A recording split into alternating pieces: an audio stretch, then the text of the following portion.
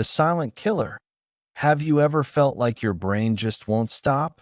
Your body is tired. The room is quiet. But inside your head, there's noise, a storm of thoughts spinning round and round. You try to sleep, but your mind replays a conversation from earlier.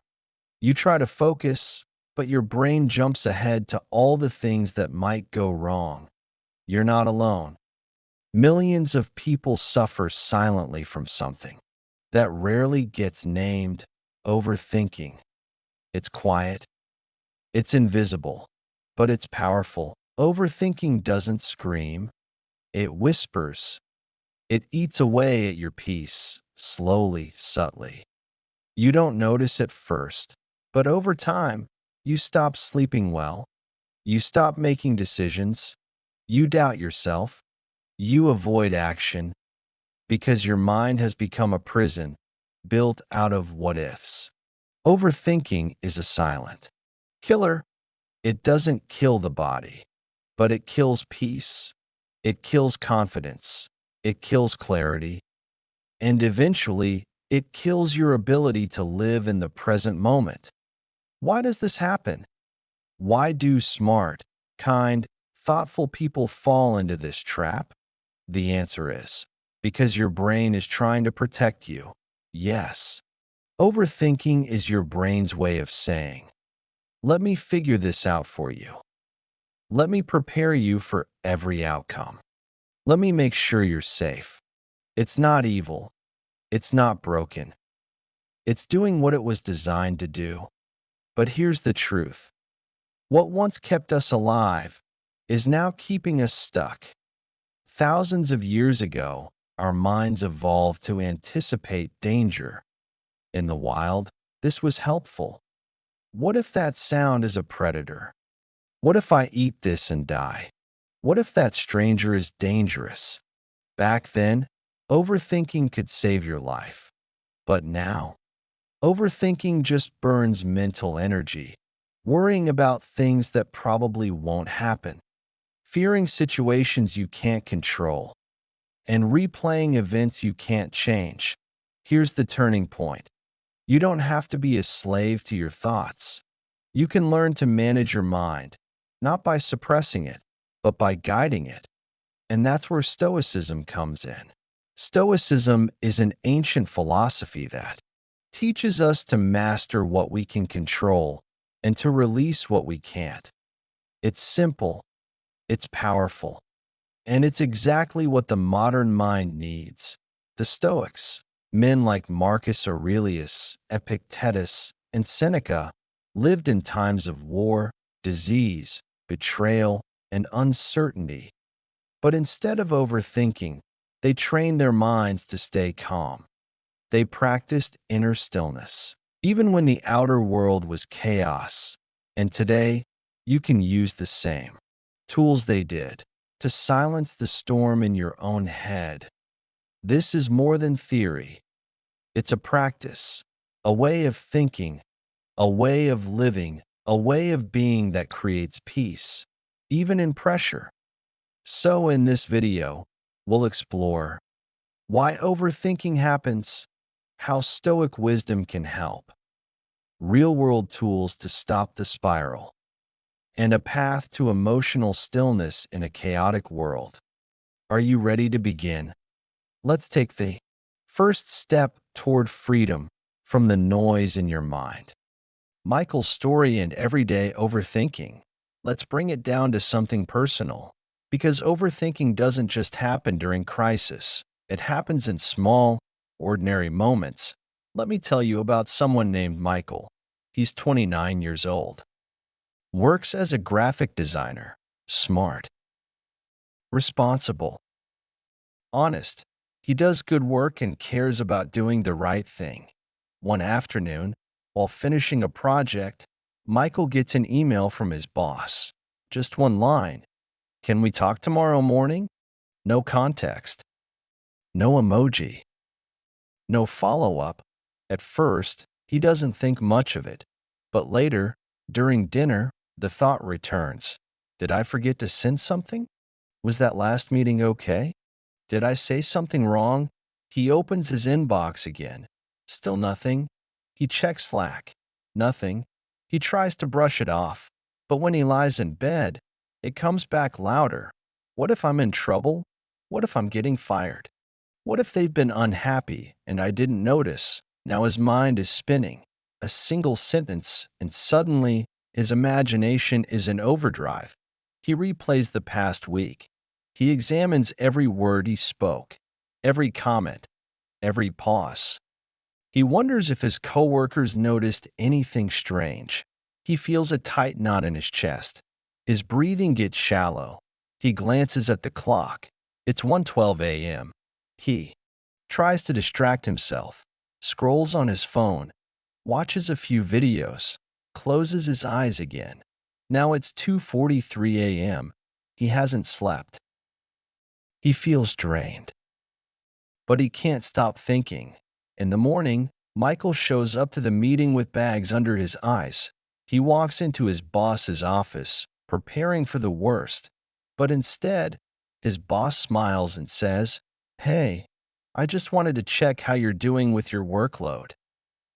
You've been doing great work." That's it. A positive check-in. Michael smiles politely, but inside, he's thinking, I lost sleep for nothing.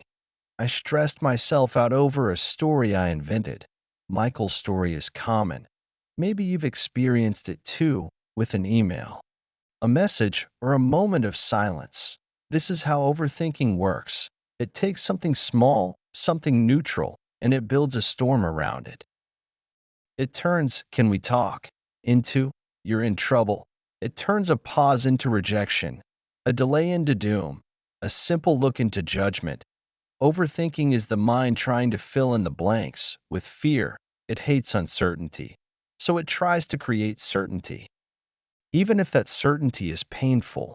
This is called anticipatory anxiety.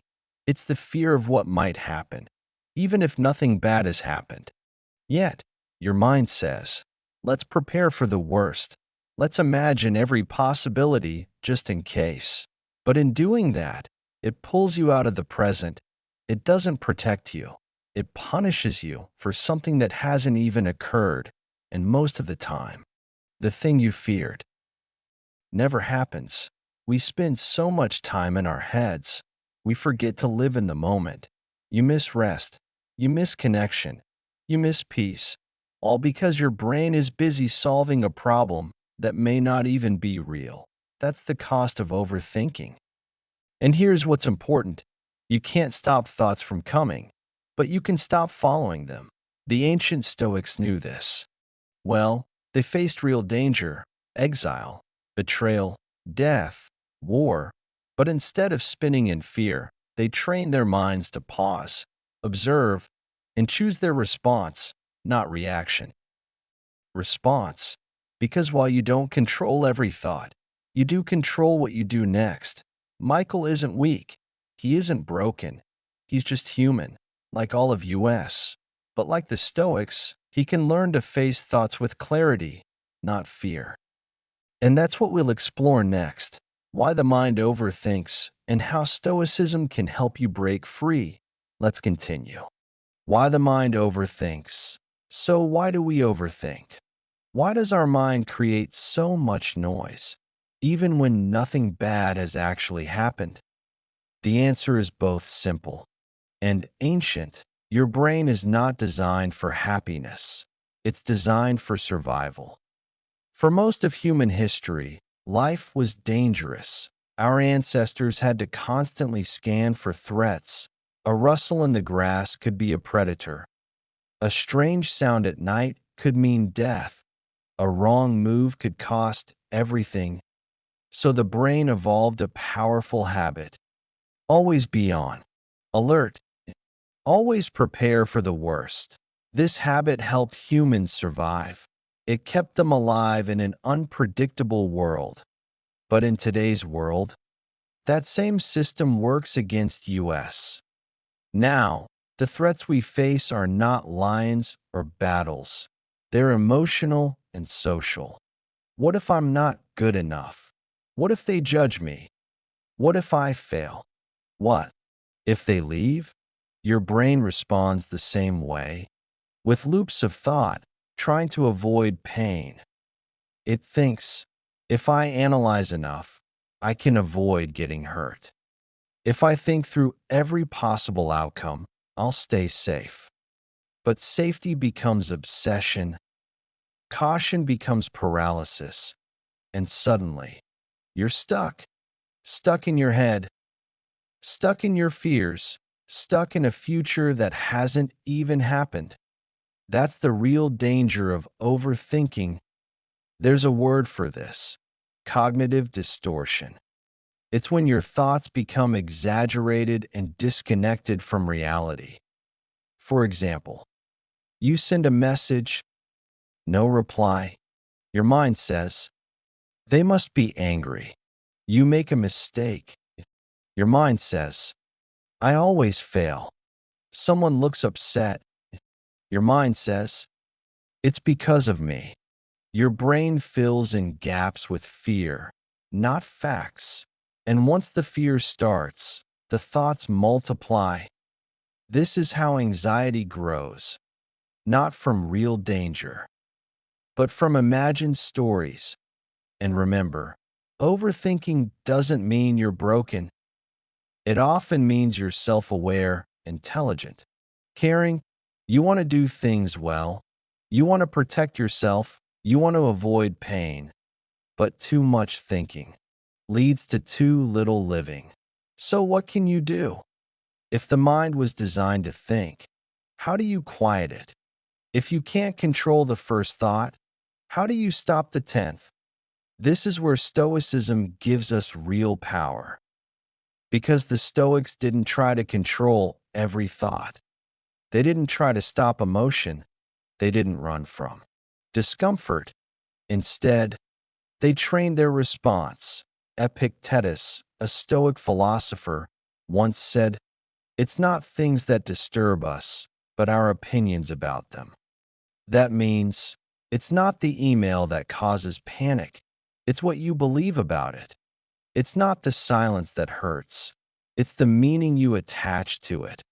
It's not the delay or the pause or the unknown. It's the story your mind creates. Your mind is a storyteller, but not every story it tells is true. This is where the Stoics offer freedom. They teach us to question our thoughts and to choose which ones deserve our energy. Think of your mind like a river. Thoughts flow through it all day long. Some are calm. Some are violent. Some are pure. Some are polluted.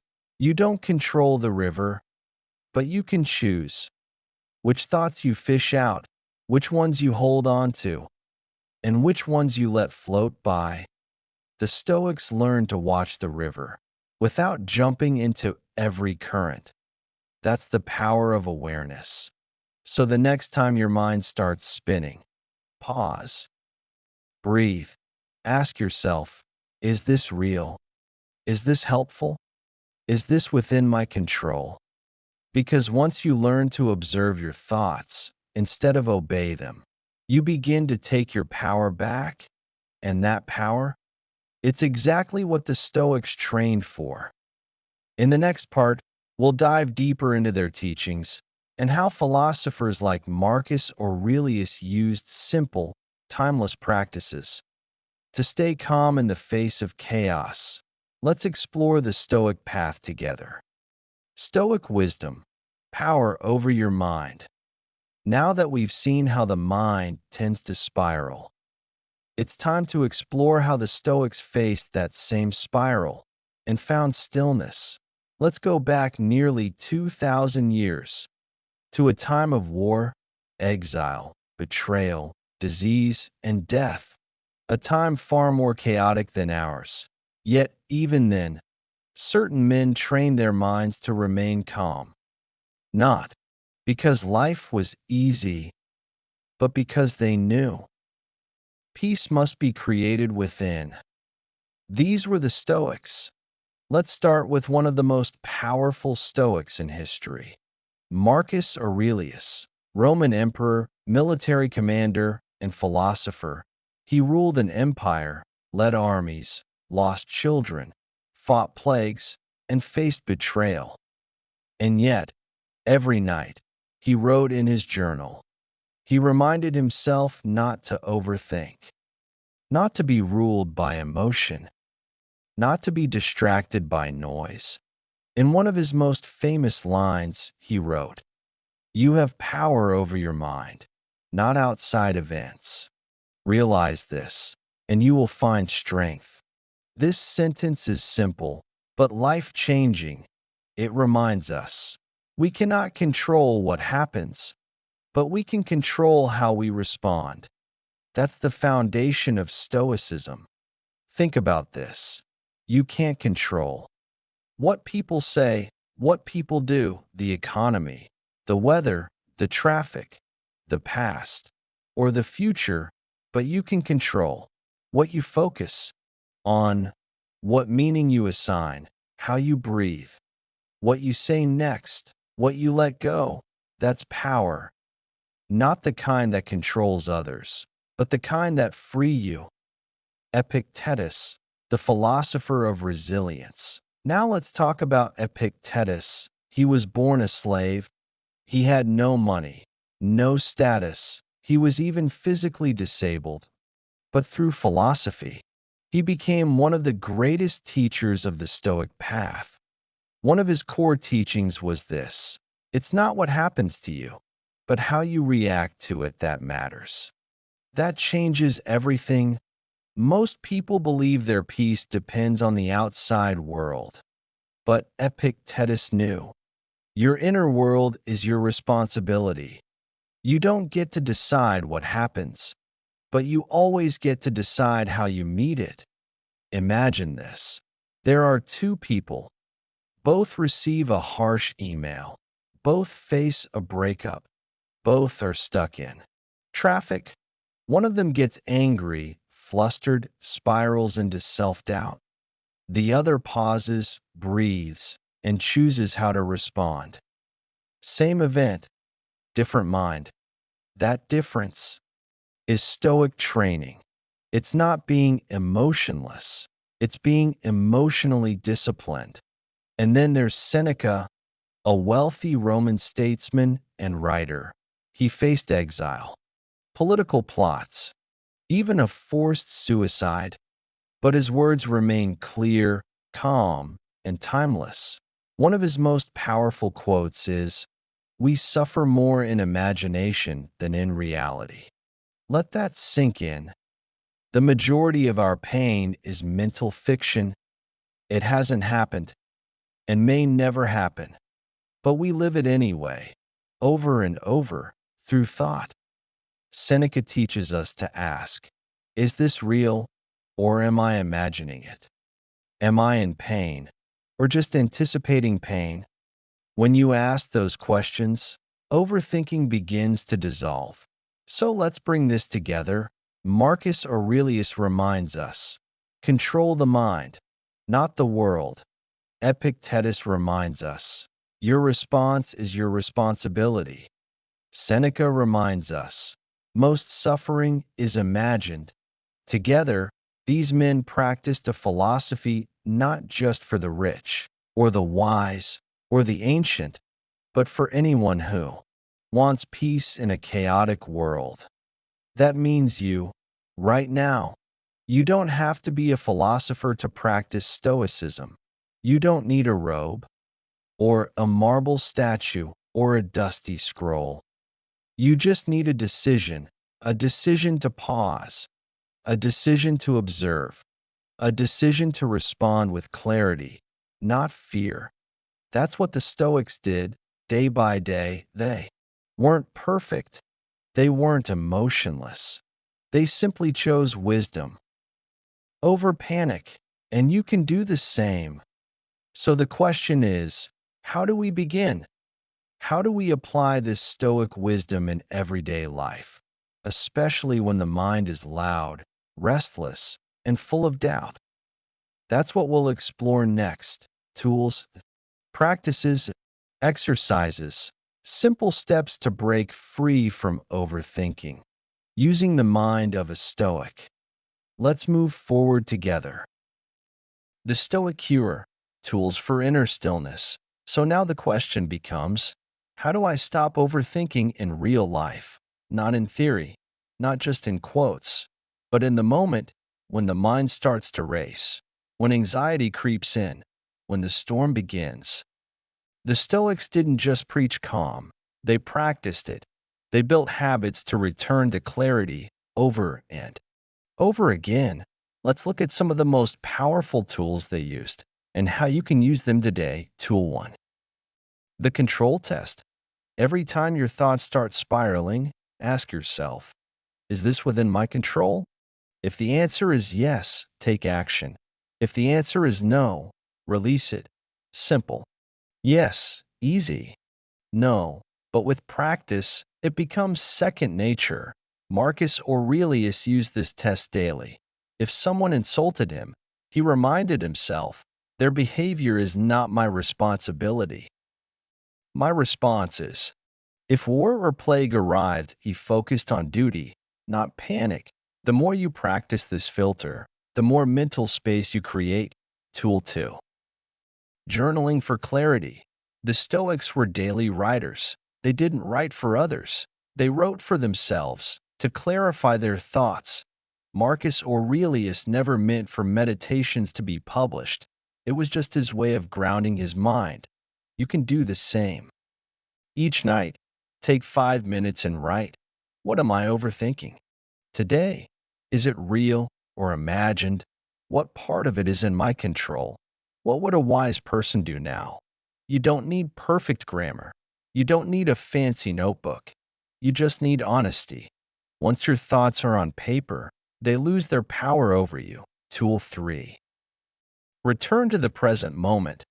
Overthinking pulls you into the future, into fears, guesses, and what-ifs. The Stoic path brings you back. Here, one breath, one step, one choice. Epictetus taught this through action. He said, don't demand things happen as you wish, but wish them to happen as they do, and you will go on well. In modern life, this means feel the air on your skin. Notice your feet on the floor. Hear the sound around you. Come back to now. Peace only exists in the present, not in the future, not in the story, but in this breath. Tool 4. Ask better questions. Your brain is always asking questions. What if this goes wrong? Why did they look at me that way? What if I mess up? But you can redirect it. Ask Stoic questions instead. What can I do right now? What virtue can I practice here? What would a wise version of me do? Will this still matter in a week or a year? Seneca once said, we are more often frightened than hurt, and we suffer more from imagination than from reality. The right questions snap you out of fear and back into wisdom. Tool 5. Memento mori, remembering mortality. The Stoics practiced a reminder every day. Memento mori, remember, you must die. At first, this sounds dark, but it's actually freeing. When you remember that time is short, you stop wasting it on thoughts that don't matter. You stop overanalyzing. You stop chasing perfection. You stop fearing opinions. Instead, you act. You speak truth. You choose presence, because life is happening now, not in your thoughts about it. Tool 6. Premeditatio malorum, the worst-case visualization. Another powerful Stoic practice was this. Premeditatio malorum, premeditation of evils. They imagine what could go wrong, not to fear it, but to prepare for it calmly. Seneca wrote, he robs present ills of their power who has prepared in advance. When you calmly think through a possible challenge, you take its sting away. Example, instead of obsessing over, what if I get rejected? Ask, if I do, what will I do next? Suddenly, your mind feels anchored, prepared, not paralyzed. These aren't magic tricks. They're practices like exercise for the mind. Each time you do them, you build strength, strength to pause, strength to choose your response, strength to let go of what doesn't matter. Overthinking is a habit, so is calm. And now, you have the tools to choose. The Stoics didn't try to be perfect, they tried to be present, to live by virtue, to respond with reason, to stay steady. In storms, you can do the same, and in the final part of this journey, we'll bring everything together. One last reminder, one call to action, one quiet return to peace. Let's finish this together. Final thoughts. Choosing peace. You've come a long way from the chaos of the mind to the clarity of Stoic thought. You've seen the patterns of overthinking, you've understood where it comes from, and you've learned the tools to manage it. Now, it's time to step back and look at the big picture. What's the ultimate lesson? You are not your thoughts. You are the one who observes them. Overthinking is not a character flaw. It's not a sign of weakness. It's simply a habit, one that can be unlearned. And Stoicism shows us how the world will always be noisy. People will disappoint you. Plans will change. Delays will happen. Uncertainty will remain. But peace doesn't come from controlling life. It comes from controlling how you meet life. That is the Stoic way. It's not about removing emotion. It's about seeing emotion clearly and responding with wisdom. It's about stepping off the mental hamster wheel and standing still while everything around you spins. Will you still have anxious thoughts? Yes. Will you still feel overwhelmed sometimes? Of course. Even Marcus Aurelius had difficult days. Even Seneca felt fear. But they didn't let those feelings define them. They used those moments as training. Each thought was a chance to choose clarity. Each challenge was a chance to practice peace. You don't need to get rid of your thoughts. You just need to stop letting them drag you into storms. Picture yourself as the eye of a hurricane. Around you, the winds howl. The world moves fast. The chaos is loud. But within you, stillness, that stillness, doesn't come from silence. It comes from discipline, from practice, from asking the right questions, from letting go of what isn't yours to carry. You don't need a perfect mind. You just need a steady one. You, the listener, you are not broken. You've just been taught to fear your thoughts instead of understand them. You've been taught to prepare for everything instead of respond to the present. But now, you know a different path, the Stoic path. So what do you do next? You don't need to memorize every quote. You don't need to change your life overnight. You just need to begin. Start with one breath, one pause, one question. Is this within my control? And then act calmly, clearly, wisely. That's Stoicism in real life. That's peace in a world full of noise. Quote finale, Marcus Aurelius. Let's end with one final reminder from the philosopher emperor himself. The tranquility that comes when you stop caring what they say or think or do. Only what you do. You cannot silence the world, but you can quiet your mind. And sometimes that's all you need. If this message helped you, if it gave you a moment of clarity, a breath of stillness, then subscribe to Quiet Stoic. Join us on this journey, one thought at a time, one practice at a time, toward a calmer, wiser, stronger mind. Because peace is possible, and it begins with you.